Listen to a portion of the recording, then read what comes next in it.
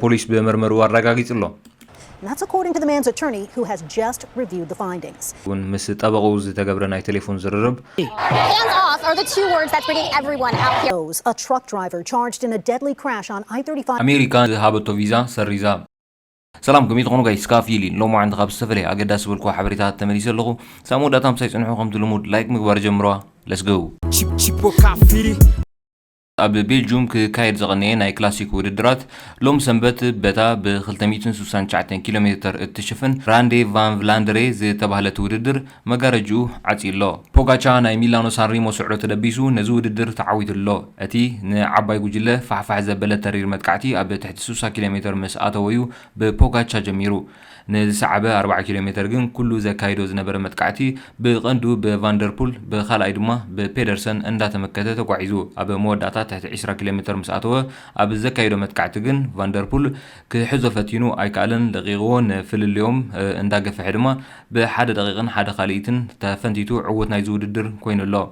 أربعة تقدمت حجاز سعبته وجلة مارس بيدرسون تعويت الله خلاء وتيو ماتيو فاندربول كانين فان آرت بريسو سال سايتر تاب محز سلستيوم أب بيريوم ديبو مالو إرتراو تقدر ماي بينام جرماي بخلت دقيقة عشر شعات تخليت تحيرو مسز أتوت عباي وجلة حنتات بتحو مبل سلاسن حموشن ترتاون حيز الله مالتيو ንፕሬዝደንት ኣሜሪካ ዶናልድ ትራምፕ ህዝባዊ ተቃውሞ ኣጋጢሞ መላእ ኣሜሪካ ብዝርከባ ከተማታት አንጻር ፕሬዝደንት ትራምፕ ብዙሓት ሰራሕተኛታት ናብ ጎደና ዝወፁ ኮይኖም እዚ ድማ እቲ ፕሬዝደንት ኣብ ወርሒ ጥሪ ስልጣን ካብ ዝሕዝ ንድሓር ኣብታ ሃገር ዝዓበየ ሰልፍታት ተቃውሞ ኮይኑሎ እቶም ግደፈና ዝብል ናይ ተቃውሞ መደብ ዝወጠኑ ካብ ኩለን 50 ግዛታት ኣሜሪካ ኣብ 1200 ቦታታት ሰልፊ ንምክያድ ዝዓለመ እዩ ድሮ ትማሊ ቀዳም ኣብ ከተማ ቦስተን ቺካጎ ሎስ አንጀለስ ኒውዮርክ كومون واشنطن دي سي ካልኦት ከተማታትን በአሻሓት ዝቁጸሩ ሰባት ተረኺቦም ኣለው ሰልፈኛታት ኣብ ማሕበራዊ ክሳብ ቁጠባዊ ጉዳያት ኣብ ልዕሊ ትራምፕ ዘለዎም ቅሬታታት ጠቂሶም ኣለው ትራምፕ ኣሜሪካ ብልዕሊ መብዛሕትአን ሃገራት ዓለም ቀረጽ ክትስልዕ ምዃና ድሕሪ ምእዋጁ ካብ ኣሜሪካ ወጻውን ኣብ ለንደን ፓሪስ በርሊን ሓዊሱ ምትእኻብ ተኻይዱሎ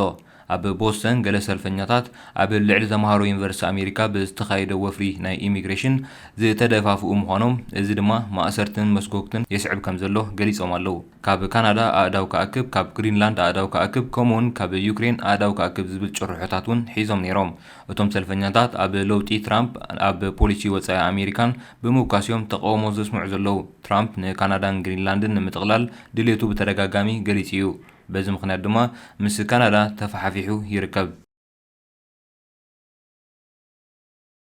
ኣሜሪካ ንደቡብ ሱዳን ዝሃበቶ ቪዛ ሰሪዛ ሚኒስትር ጉዳያት ወጻኢ ኣሜሪካ ማርክ ሩቢዮ ደቡብ ሱዳን ካብ ኣሜሪካ ዝተጠረዙ ዜጋታት ክትቀበል ፈቃደኛ ስለ ዘይኮነት ንኹሎም ወነንቲ ፓስፖርት ደቡብ ሱዳን ዝወሃብ ቪዛ ብቕልጡፍ ትስርዝ ከም ዘላ ኣፍሊጡሎ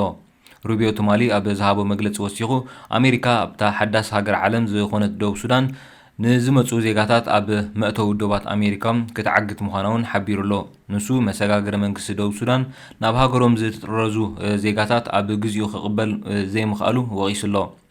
እምነኹርናዕ ፖሊስ ኢሚግሬሽን ፕሬዝደንት ዶናልድ ትራምፕ ጃምላው ምስጓግ ዝብል ኮይኑ ዘይሕጋውያን ስደተኛታት ካብ ኣሜሪካ ምእላዩ መሰጋገረ መንግስቲ ደቡብ ሱዳን ንኣሜሪካ ምብላጽ ደው ከብል እዋን እዩ ክብል ሩቢዮ ተዛሪቡ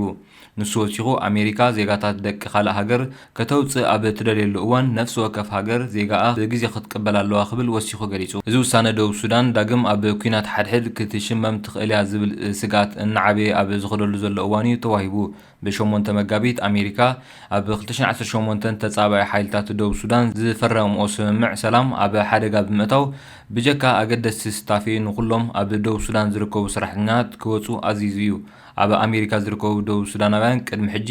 ግዜያዊ መጽንሒ ተዋሂቦም ዝነበሩ ኮይኖም እዚ ድማ ኣብ ኣሜሪካ ዝተወሰነ ግዜ ክጸንሑ ዘኽእሎም እዩ እቲ ንደቡብ ሱዳናውያን ዝተዋሃበ ግዜያዊ መጽንሒ ክሳብ 3 ጉንበት ከብቅዕ እዩ ናብ ካልእ ሓበሬታ ብዝሓለፈ ወርሒ ዘጋጠመ ናይ ሰሎሞን ሓደጋ ወይ ኣብ ኣሜሪካ ናይ ትራክ ዘጋጠመ ሓደጋ ሕጂ እውን ዝተፈለየ ካልእ ሓበሬታት ይወፅእ ኣሎ ወይ እውን ምስ ጠበቁ ዝተገብረ ናይ ቴሌፎን ዝርርብ ብተፈላለዩ ቴሌቪዥናት ይወፅእ ኣሎ KVUE ABC ካልኦት እውን ዓበይቲ ቴሌቪዥናት ብዛዕባ እዚ ምስ ጠበቃ ዝተገብረ ዝርርብ ኣውፅኤኖ ኣለዋ ማለት እዩ እዛ ዜና ከስማዓኩም A blood analysis shows a truck driver charged in a deadly crash on I-35 in North Austin that killed 5 people had no drugs or alcohol in his system. ስለዚ ሓደ ካብቲ ኣብ መርመራ ዝተረጋገፀ ነገር እንድሕር ሃልዩ ኣብ መጀመርያ ብፍላይ እዚ ዜና እዚ ዝዝርግሖ ዝነበረ መጀመርያ ዝዝርግሖ ቴሌቪዥናት ሰትዩ ከም ዝነበረ ወይ እውን ካለ ኣልኮል ወይ እውን ካለ መድሃኒት ወሲዱ ከም ዝነበረ ኤን ዝገልጻ ነይረን ፖሊስ እውን ነዚ በተረጋጋሚ ወይ ብዙሕ ግዜ ደም ወስደሉ ከም ዝነበረ ንሰሎሞን እውን ወይ ኣልኮል ወይ መድሃኒታት ወሲዱ ከይሉ በተረጋጋሚ ፖሊስ ምርመራ ክገብር ጸኒሕሎ ማለት እዩ ስለዚ በዚ ዝተገብረ ምርመራ ኸኒ ዝኾነ ይኹን መስተ ይኹን ወይ እውን ዝኾነ ይኹን ዝተወስደ መድሃኒት ከም ዘየለ ፖሊስ በመርመሩ አረጋግጧል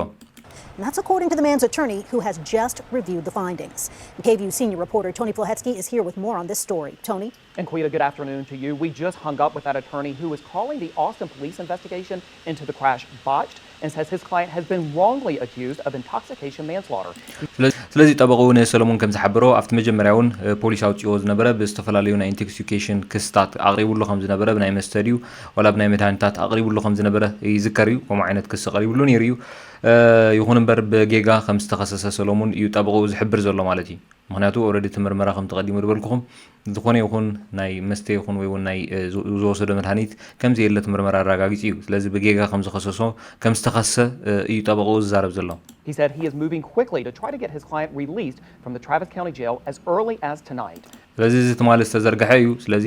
ኣብቲ ሽዑ እዋን እውን ሎሚ ካብቲ ተኣሲሩሉ ዘሎ እስር ቤት ንኸውፅኦ ፅዕር ከም ዘለውን ሓቢሩ ነይሩ ጠበቁ This crash happened in mid-March. The driver of the 18-wheeler named Solomon Wadikio Araya. ና ሞዳታውን ጠበቃ ናይ ሰሎሞን በዚ ዝተዋህበ መግለጺ ከምኡን ዝቀረበ ክሲ ኣብ ልዕሊ ሰሎሞን ብጌጋ ዝቀረበ ክሲ ኣብ ልዕሊ ሰሎሞን ጽኑዕ ተሓታትነት ክህሉ ተስፋ ገብር ብምባል እውን መግለጺ ይብሎም ስለ ሰሎሞን በተቀንዲ ካብቶም ቀንዲ ተኸይስሎም ዝነበረ ናይ ኢንቶክሲኬሽን ናጻ ከም ዝኾነ እዩ ተገሊጹ ዘሎ ከም ትሪጎ ጽናሕኩም ሰሎሞን ጠበቃ ገይሩሎ ነዚ ኸኒ ግድን ኣሽሓት ክኸፍለሉ ከም ዝኽእል ፍሉጥ ማለት እዩ ኣብ ዝሓለፈ ውሕዳት እዋናት ስድርኡ ወፂኦም ኣብ ማዕከናት ዜና እውን ይዛረቡ ነይሮም ሓገዝ ከም ዘድልዮም እውን ብዝተፈላለዩ ሼር ይበሃል ነይሩ ማለት እዩ ስለዚ ናቱ ጎፈንድሚ ነዚ ናይ ጠበቁ ዲ ወይ ካልእ ክሕገዘሉ ዝኽእል መንገድታት ንምሕጋዝ ዝወፀ ጎፈንድሚ ክኸውን ይኽእል እዩ ወይ እውን ቴሌፎናት ናቱ ዝሕገዘሉ ማለት እዩ ኣብ ኮመንት ኣብ መጀመርያ ወይ ኣብ ዲስክሪፕሽን ገድፈልኩም ኣብኡ ኣቲኹም ሳፖርት ግበርዎ ሰሎሞን